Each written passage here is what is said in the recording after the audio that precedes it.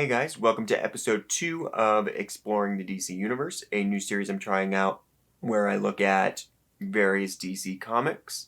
I did a review of the really terrific Supergirl Woman of Tomorrow, and I'm sort of making that the unofficial first episode. But for this episode, we're looking at something a little less terrific. In 2008, it was announced that James Robinson and Mario Cassioli would be starting a new Justice League ongoing series. Robinson said, "It had long bothered me that the Avengers had never really avenged anything. They're either stopping a crime or are under attack, which means that the name The Defenders would have been better suited for them. Or the Crime Stoppers. It's the same thing with the Justice League. They're rarely about bringing villains to justice or even bringing justice to the world at large. They're attacked and they defend themselves. Or there's a crime in progress and they go and fight it. Again, they're candidates for calling themselves the Crime Stoppers or the World Police." My thinking was that if you have justice in your name, then you should do something about bringing justice to people or bringing villains to justice. The idea was that this was going to be a more proactive Justice League motivated by someone's death in the then upcoming Final Crisis. The team would be led by Green Lantern Hal Jordan and Green Arrow, and they would be joined by Ray Palmer, Supergirl and Batwoman, so that those iconic emblems could be present, Captain Marvel Jr. Freddie Freeman, Mikhail Thomas from Robinson's Starman series because Didio asked for him, and Con Gorilla. However, there were delays. It didn't start until mid-2009, and by that point had become a 7-issue miniseries as opposed to an ongoing. I never really heard why they did that.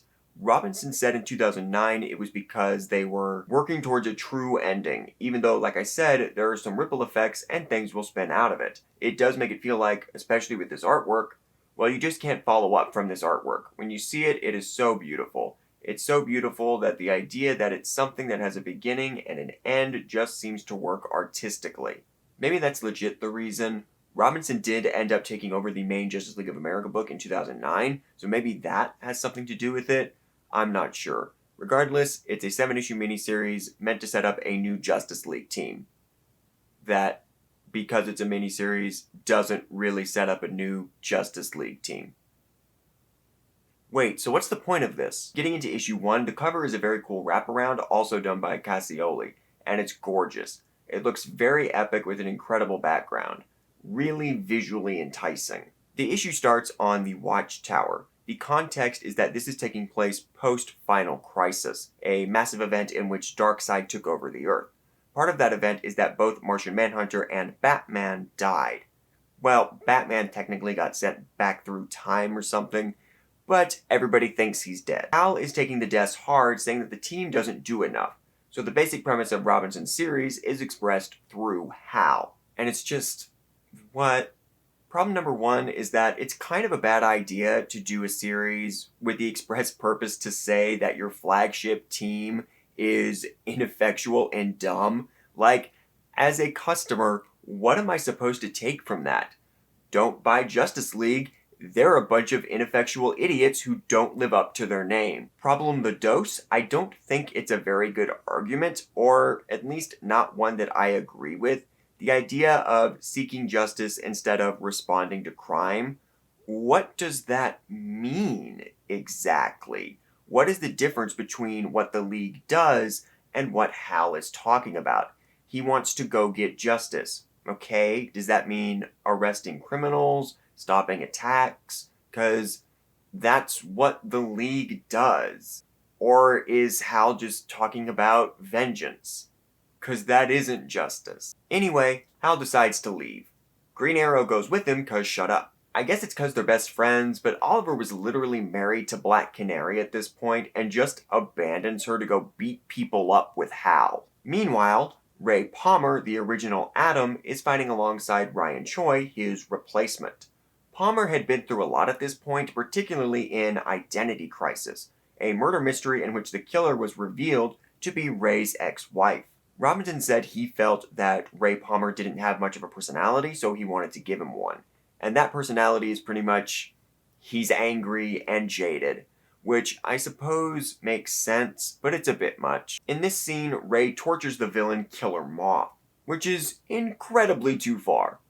But that torture gets him a name of a villain, Prometheus, who's behind the death of a friend of Ray's. Mikhail and Congarilla end the issue with scenes revealing that a friend of Mikhail's has been killed during an attack on Star Labs, and Congarilla's entire clan was killed. So we've got a bit of a mystery. Tons of dead people, Prometheus is behind it all, bunch of dudes are crying out for justice. Issue 2's cover is cool. I like the city background, it looks good. The issue starts with Ollie and Hal in Gotham having banter. There's a weird bit where Ollie states that Hal had a threesome with the Huntress and Lady Blackhawk. Gale's a moment later retconned this, which was nice, but it's a weird line. This story has some weird gender stuff. We're not going to get into it now, but we're putting a pin in it, and we're going to circle back to it once Donna Troy and Starfire enter the book. At an abandoned aircraft carrier, Mikhail and Congarilla are fighting as they both followed clues there. They tire out and decide to work together.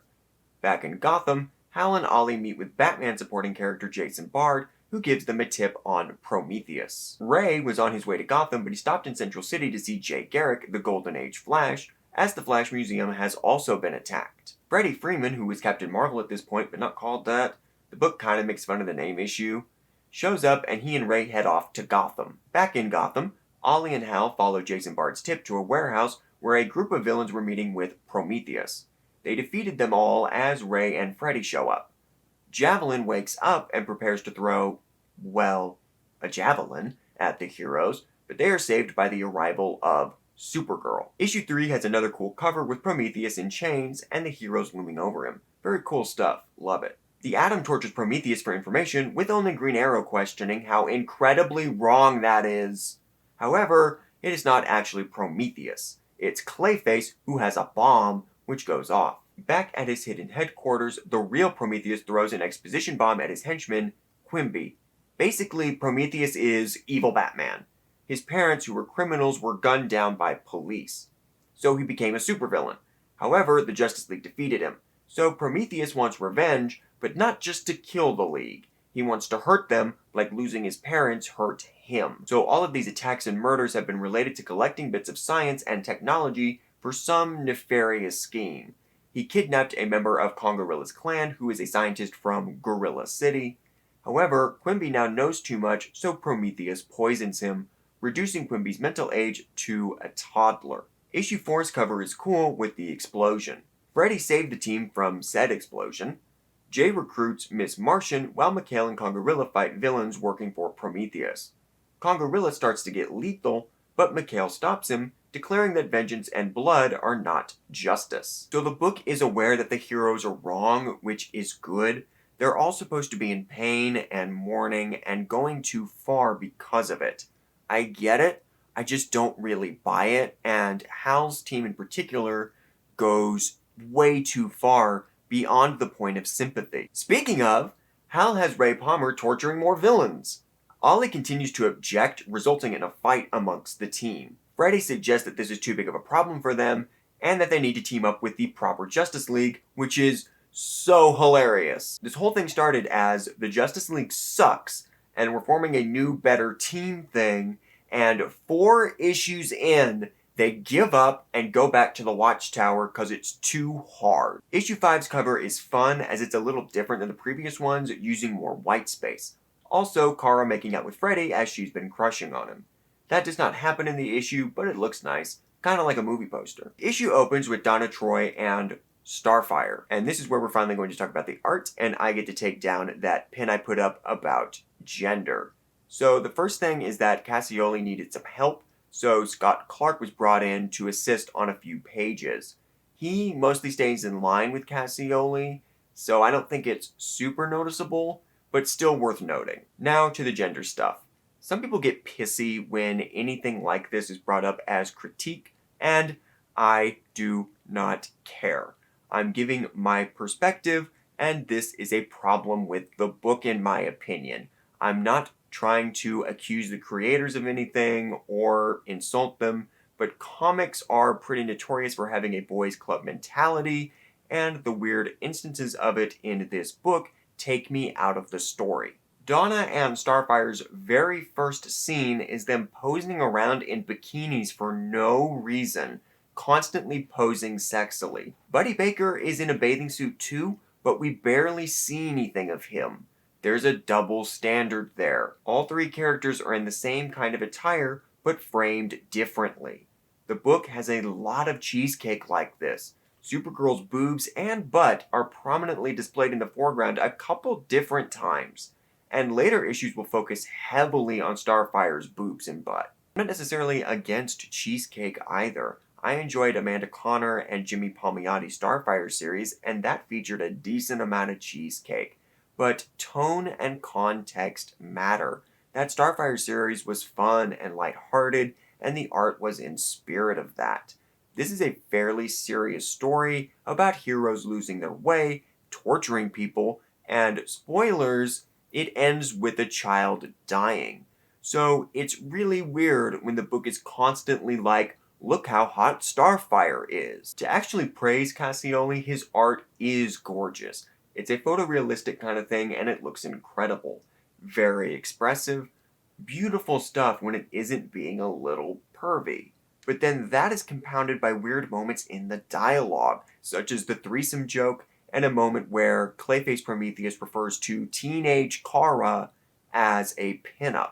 There's weird stuff like that all over this book, and it completely takes me out every time. Mikhail and Congarilla go to Buddy Baker, Animal Man's house, where Donna and Starfire are. They want the Justice League's help in taking down Prometheus. Back on the Watchtower, they are getting reports of established villains attacking specific cities, but not their usual ones.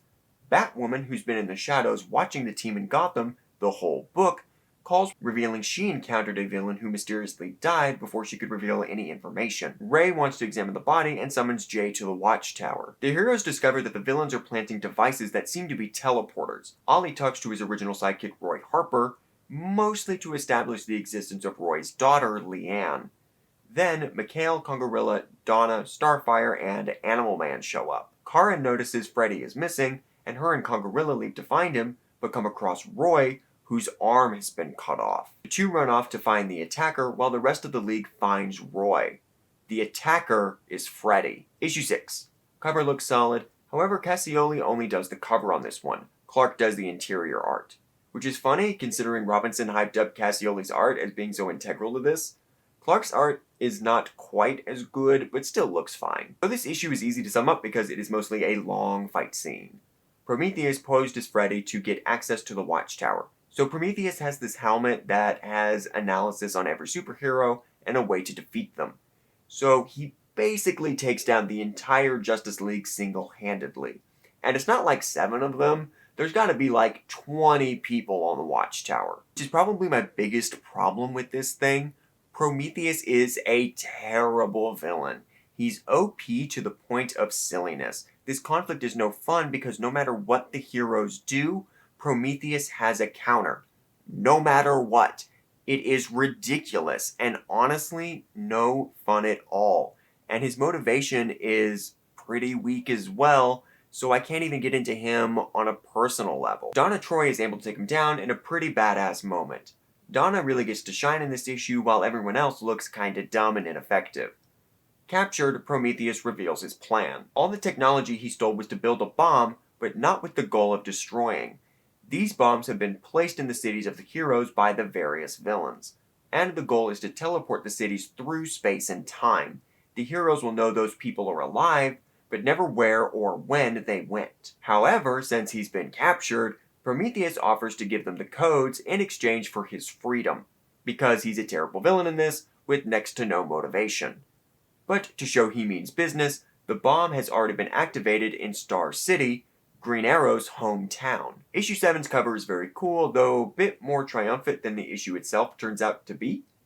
And just to make things confusing, and I imagine to get the book out on time, this issue features several artists. Cassioli, Clark, and Ibrahim Robertson on pencils, Cassioli, Clark, David Beatty, and Robertson on inks, and Cassioli, Siadam, and Giovanni Kosowski on colors. The different art styles very much clash in this issue, and it is distracting.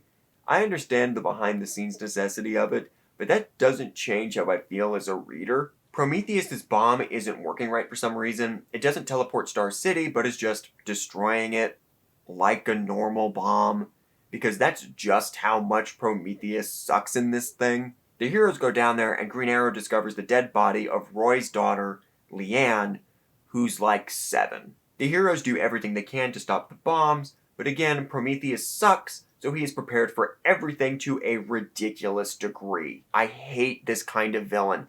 The I'm 10 steps ahead and you don't even know what game we're playing yet kind of character. It's lazy and usually just feels like the villain read the script. I hate it. It's no fun at all. Distraught, Green Arrow agrees to Prometheus' demands. They let him go, and he gives them the codes which do stop the bombs. Prometheus returns to his lair, but Oliver is there waiting for him. Oliver shoots him in the head, declaring justice, which ends the series. Which is another problem with villains like Prometheus. He can take down the entire Justice League, including heavy hitters like Supergirl, but gets killed by Green Arrow? Prometheus predicted all that stuff, but he couldn't predict that Oliver would want to kill him after what he did to Star City. So this one is really, really bad. One of the big disappointments is the team itself. The intended lineup is a fun one, but they never really get to come together. There's Group A with Hal and Ollie, and then Mikhail and Congarilla are over there doing their own thing. By the time they come together, it's with every other member of the Justice League ever, except Superman and Wonder Woman, because I guess they're busy. So they never get to be a team. Batwoman might as well not even be in the book. She's mostly cameos in the shadows and contributes one small thing that could have been done by anybody. And Supergirl, my favorite hero, doesn't really get to do anything either and gets taken out by a super bullet, so is largely absent from the final 2 issues. The story has this huge cast, and it jumps around a lot to try and create this huge mystery. But it feels unfocused. You have all the bits with Jay Garrick, like recruiting Miss Martian and the Shade, and none of that really goes anywhere. Mikhail and Congorilla's arc is resolved in issue 4, which is learning that vengeance isn't justice. Ray learns this too, somehow. He just decides that he isn't going to torture Prometheus because that's not the kind of hero he wants to be. But I don't know how he got to that conclusion. And then Ollie achieves vengeance at the end of the story, but declares it as justice. Oliver especially is a sore spot for me. When the team returns to the Watchtower, Ollie adamantly justifies his actions when Dinah, Black Canary, his wife, confronts him about abandoning her for weeks. And he's like, no, we did good. But like, that is clearly not the point. I think you guys were wrong. Ollie doesn't seem to learn the lesson. And heck, Hal doesn't either. The problem just gets too big for him, and so he goes back to the League with his tail between his legs. Fallout of this was an event called Rise and Fall. There was a one-shot Justice League Rise and Fall special, a 2-part Fall of Green Arrow story that concluded his then-current book, and a miniseries called Rise of Arsenal, focused on Roy dealing with the loss of Leanne. I read the Justice League one and the Green Arrow story. It is basically Oliver seeking vengeance against the villain who placed the bomb in Star City, intending to murder him. He goes against the League when they find out that he murdered Prometheus. However, he turns himself in when he realizes the dark path he's setting his then sidekick Mia on. Oliver is found not guilty, but is banished from Star City, and Dinah leaves him, ending their marriage. It is not very good and makes Oliver look terrible. I didn't read Rise of Arsenal, but Roy returns to drugs, gets a robot arm, and becomes kind of an angry anti-hero. The biggest fallout of Cry for Justice is basically destroying the Green Arrow family, and as a big fan of Green Arrow, I kinda take that personally. I find this series to be thematically confused and all over the place. The art is gorgeous for the most part, though the last issue was a letdown in that department, and I am not crazy about the cheesecake. Killing Leanne was controversial, but the book did get nominated for 2 Eisners, one for Robinson and one for Cassioli. I don't think it has a good reputation, and I imagine most people don't remember it outside of the Linkara review. But what do you think? Have you read this story? Did you like it or not? Be sure to let me know in the comments and subscribe and all that stuff.